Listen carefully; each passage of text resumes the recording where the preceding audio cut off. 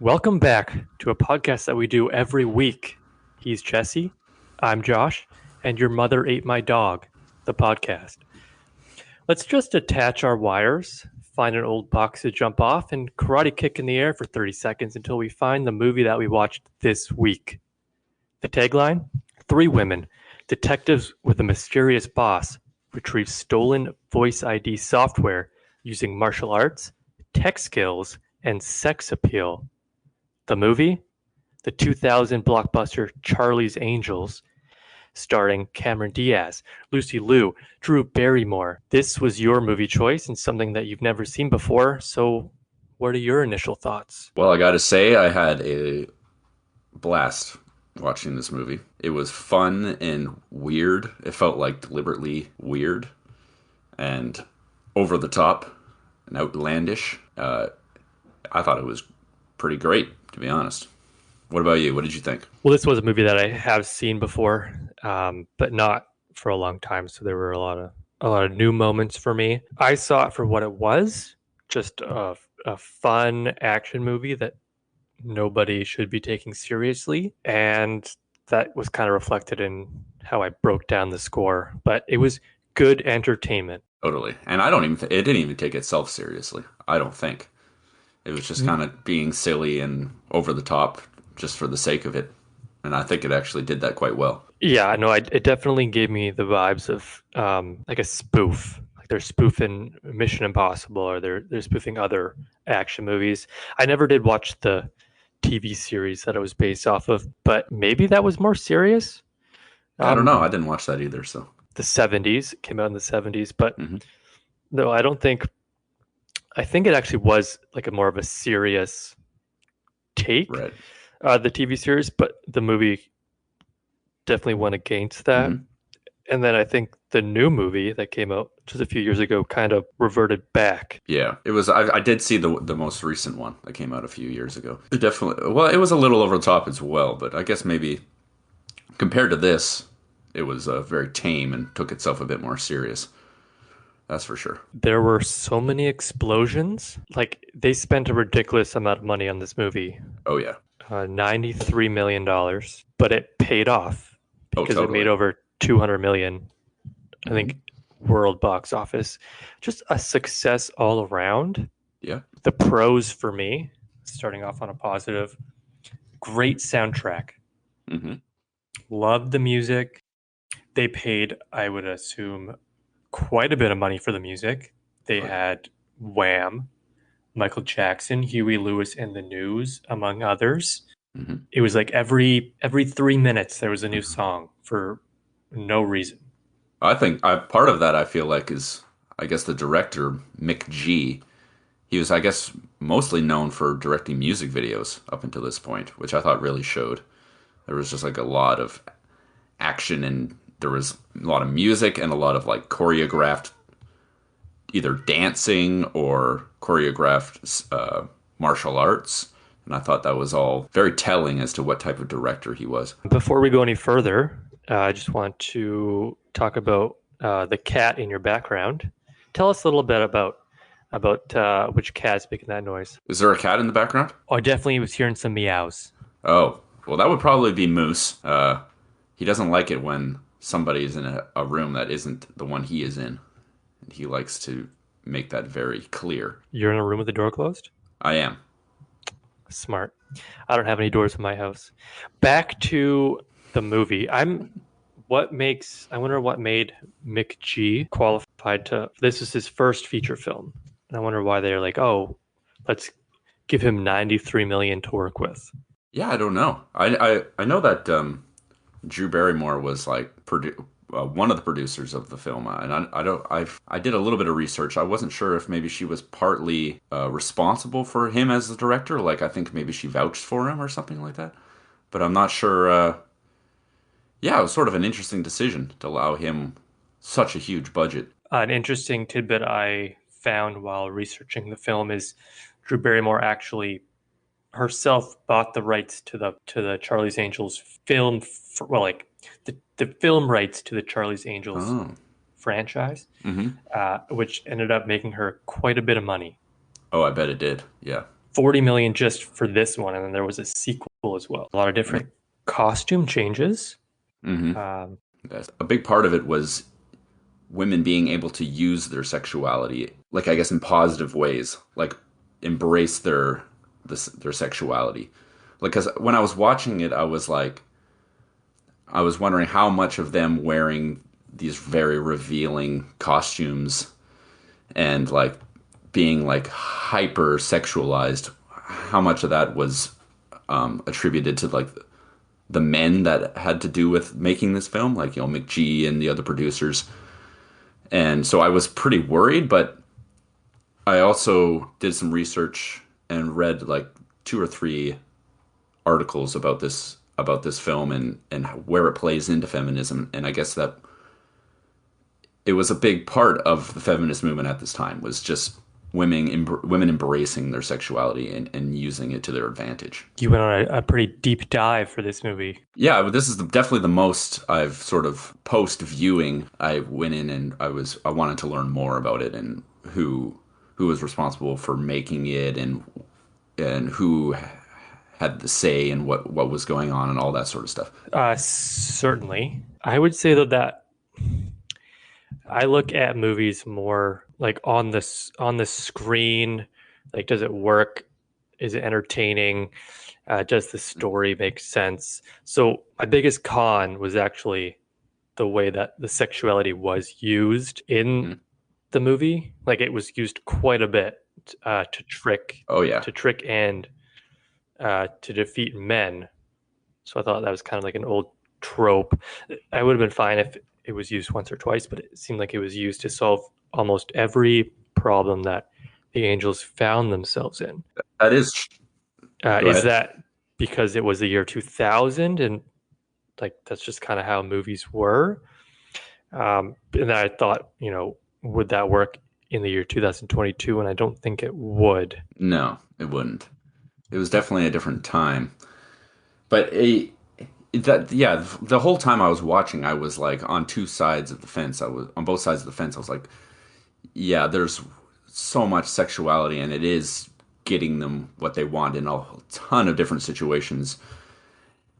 And then thinking, well, maybe this is yeah, like what I said before, like doing a little post research and maybe it was tough for me to it was tough to really land on really what they were trying to do with all that sexuality. If it was just the male, like attracting to the male gaze, like we want men to watch this movie and they're going to watch because there's a ton of sexuality in it, or is it really about empowering women and them being able to use that part of themselves to get what they want? Like I don't know if it was tough for me. I did appreciate, yeah. I mean, it's mostly focused on the three women, right? And I know that they have relationships with men throughout the film, but they aren't in the movie very long. You know, Lucy Liu is dating Joey Tribbiani from Friends, and I mean, he's in it for what, 2 minutes of screen time, I guess. And there's like, you know, Drew Barrymore is with Sam Rockwell, kind of, and but I don't know. It didn't feel like that was the main part of the film, just them interacting with men. It just, you know, to be in a relationship, if that makes any sense. So that makes perfect sense. And I think that is what it does well. Like, this isn't, men have nothing to do with this movie. Um, like, they're not saving the day. Like, it's, No, the men are pretty useless yeah. actually in this movie. Like they're all pretty stupid and don't do much. The women figure out the plan. They are the reasons why it's a successful mission Mm-hmm. and Mm-hmm. why ultimately the movie is successful. But Yeah. um, there is, on this note, there was one, actually, the top review on IMDb written Mm-hmm. by a man from the year 2021. I'm gonna read it to you right now. All right. I admit I started liking this more being the movie, after Mm-hmm. I saw the newer Charlie's Angels, and the story is good. The chicks are thin and more feminine and classy. In the new one, they are trashy. Lucy Liu, super thin and has feminine hair to go with her almond eyes. good entertainment. And that was the end. that So, is, hmm. yeah, it worked out. I think even now, 22 years later, the movie is still hitting the audience that it wants. Yeah, it does seem that way. That is a crazy review that someone would write that these days. But anyway, But I think because it doesn't take itself too seriously, like if the movie was kind of a joke, but it didn't want it to be a joke, then hmm, the score would have been much worse. Like I got 68% on Rotten Tomatoes, yeah, which I think is a much higher score than I would have given it, and probably I've seen other movies, better movies with lower scores. hmm, But because it didn't take itself so seriously, it worked. yeah. I just loved how silly it was and over the top, and it wasn't trying to be serious. It was just like, let's just make this kooky movie that's just a ton of fun. There were a lot of stars in it, like you hinted at the last episode. We had Pennywise the clown. We had Sam Rockwell from, I don't know what he did before this movie. I think he was pretty new. Obviously, we have Bill Murray. I also would like to point out that Alex Trebek is in this film very briefly. Yes, that's true. A man who is very dear to us in many ways. But anyway, what were you saying? I don't believe this is his last film appearance, but No. he was definitely in it Hmm. for 3 seconds, Yeah. but he gets credited on the IMDb page. Hmm. I was happy to see him, even though it was briefly. Yeah, I mean, she won quite a bit of money too Yeah. over a period of time, so that's good. Yeah. I can't remember which angel was it, was the one that was on Jeopardy. It was Cameron Diaz, so whatever her name Oh, was. right. Not Alex, that was Lucy Liu, and not Dylan. Oh, Natalie. Yeah.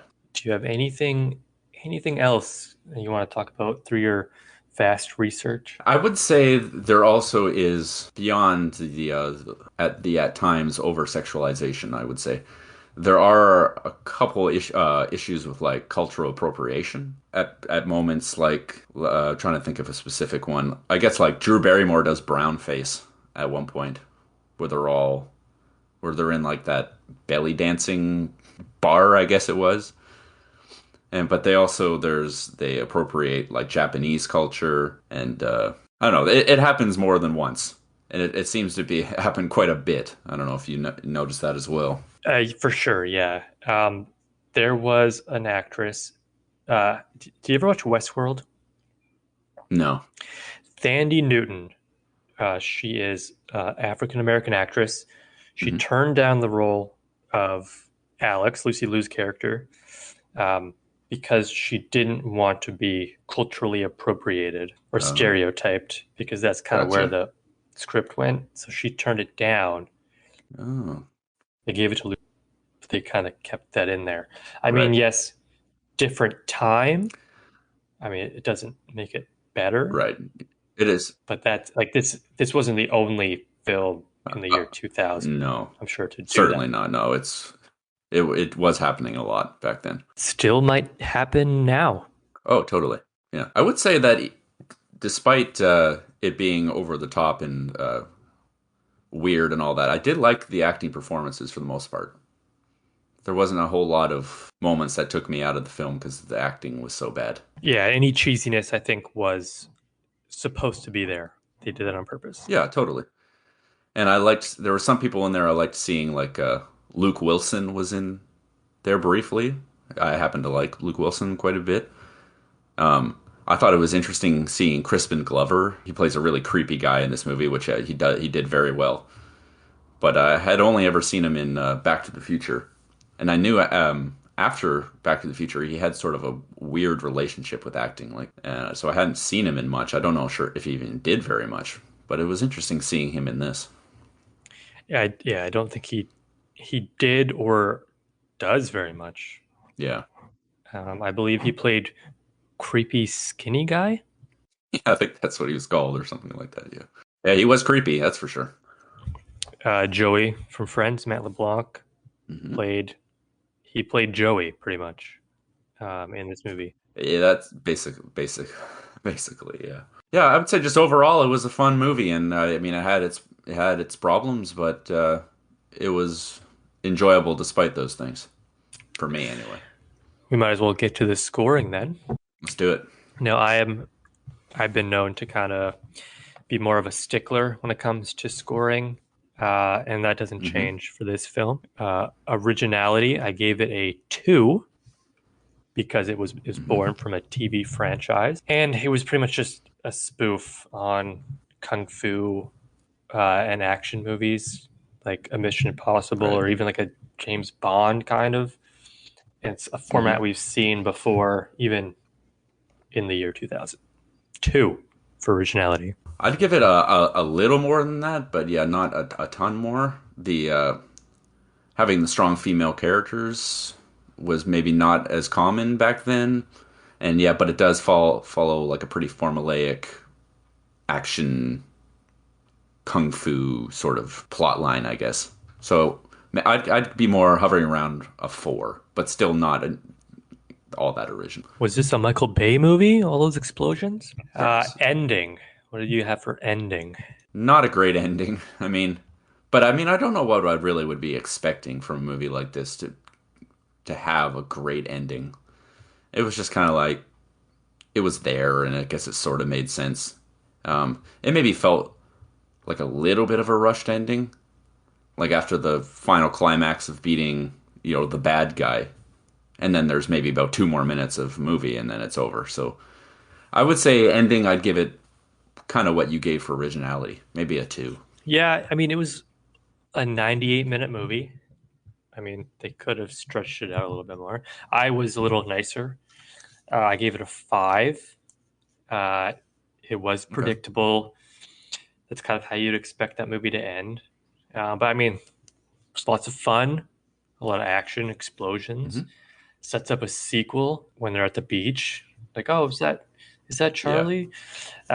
Which I mean, there is a sequel, so a 5. Uh, Okay. Expectation, I gave an 8, even though I had already seen this movie before. You come in expecting to Hmm. hate it, but it's really not that bad. Yeah, for me, when a lot of these movies, maybe you've seen a clip or two of it somewhere beforehand, or you caught a little bit of it on like TV or something. But I hadn't seen a single second of footage from this movie. I knew absolutely nothing about it. I had heard, I guess, if I had mentioned that I was going to be watching this movie to maybe a couple people at work, they said, "Oh, that I love that movie," or it's like, "Oh, you're watching that." Like it was actually kind of a mixed bag. As some people were like, "Oh, yeah, that movie's a lot of fun," or "That movie it doesn't really hold up." But for me, I guess I went in there with basically no expectations, not good or bad, but I ended up enjoying it quite a bit despite its flaws. So I think I'd be hovering maybe around a 7.5. Maybe I'm the one who's being really nice to this movie. What about acting? Well, I actually liked the acting, and I thought it was really well suited for this type of film. Like, especially the three female leads, I thought they really nailed being silly and over the top, but being like self aware all at the same time. Like, it was, I think they really nailed it. So for me, I'd be all the way up at a 9. I thought the acting perfectly suited the film. Well, a 9. Yes, a 9. I think we there was a movie we watched recently. It might have been The Green Lantern, where they had a lot of stars in it, and we kind of subtracted the score because they had so many stars, and the movie kind of was trash. Hmm. There are a lot of stars in this movie as well. Maybe they weren't that big of stars in the year 2000. I'll give it a 7. Okay. A little a little cheesy, but like you said, like they are self-aware. Hmm.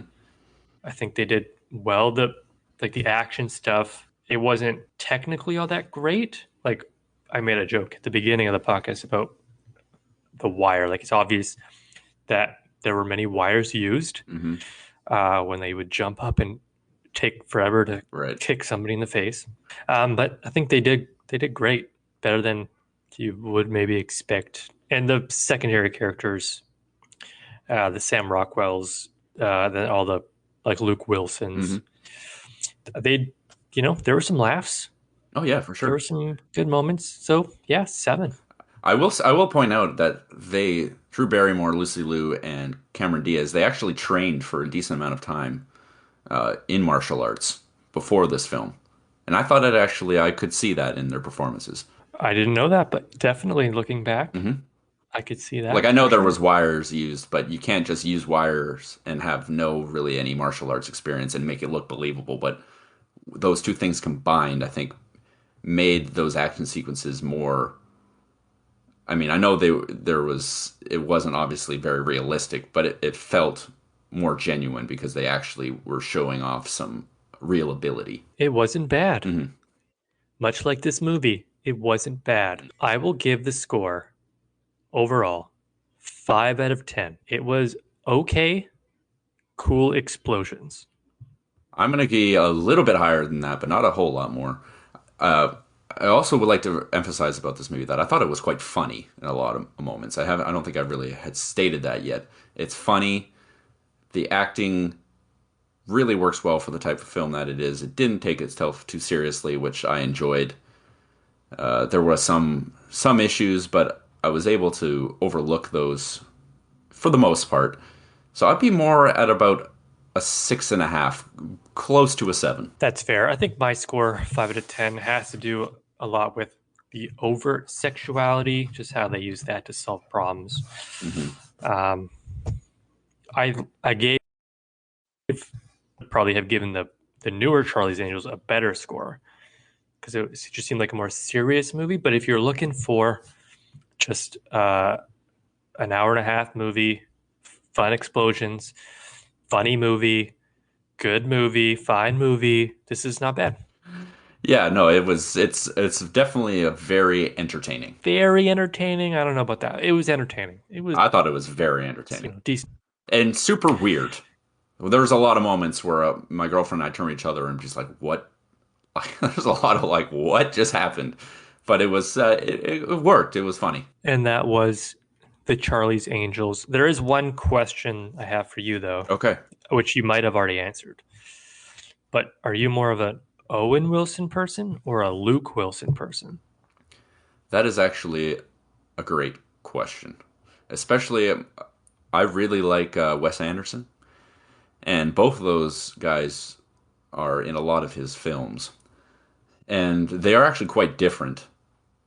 Uh, I don't know. It would actually be really hard for me to say. Owen Wilson is in some of the movies that I really love, like Shanghai Noon, which I've always loved. So maybe that's maybe eking him out, or is that a word? Eke. Yeah. Okay, because it was one of those times where you say a word and it doesn't sound like that's a word. But anyway, I would say that edges him out just a little over Luke Wilson, but I do really like both of them. And you probably weren't expecting this in depth of an answer to your question, but Owen Wilson is my answer. I think I'm more of a Luke Wilson person. I didn't know he was in this movie. Hmm. So I'm not just saying that because he's in the movie, but I think I'm more of a Luke Wilson Okay. guy. Yeah, so that was a that was a good pick. I thought it was a nice, sort of in a theme of what we've been watching, but also different enough that it would be interesting. Do you have an idea of what you're going to choose for our next film? I have a movie in mind. I normally I would choose pretty much a similar movie to what you've chosen. Hmm. This time, the only thing that's similar about the movie that I'm leaning towards is when it was made. I think it was made in the 90s, maybe early 2000s. Okay. Uh, I'll have to talk to you and see if you've seen it before. I'm not sure if you've seen it before. If you have, then we won't do it. I'll pick something else. Okay. One thing that I forgot to do for this episode, or yeah, this episode of the podcast is to write an ending. So Oh, we're still at the awkward ending part. I will ask you one final question though, and that's: are you playing Wordle? yes. I have to admit, yesterday, I think it was the first time I was not able to get the word. And it was quite upsetting. Usually I'm a 3 or a 4, 4 most of the time. Yesterday I was unable to guess the word. Was yesterday's word, was that like the American version of a word? Or was that before? And No, I guess it wouldn't be spoiling anything because who knows when yesterday was, but no, the word is like, it actually somewhat has to do with like if you were watching a DVD, you could do this. If that makes any sense. it was pause. Yes. Interesting. I was talking about when they pulled humor out. I think that was the day before. Oh, no, I got that one. And I got today's. I was very proud of that I had not failed Wordle. Today took me all 6. It was very difficult, Oh. but I did it. Mm-hmm. So I'm at like 30 straight days, but no big deal. Well, we can't all be as smart as you. Well, that was Charlie's Angels 2000. Thank you so much once again for listening. If you want, you can tell your mom about us. That would be nice. Follow us on Instagram at Your Mother Ate My Dog Pod. Listen to us on Spotify or Apple Podcasts or Amazon Podcasts or other, I don't know any other podcast platforms, but give us a listen. Tell your coworkers. Yeah, recommend Tell us your recommend us to your friends. Say, you know, there's a nice laid back movie podcast that I listen to, and I think you might enjoy it. shout out to Greg once again. Tell Great. your Gregs. Tell all the Gregs. And we'll be back next week. So now we have to think of a 5-letter word. Say goodbye to this episode. Howdy. The opposite. But thank you so much for trying and thank you so much for listening. See you later.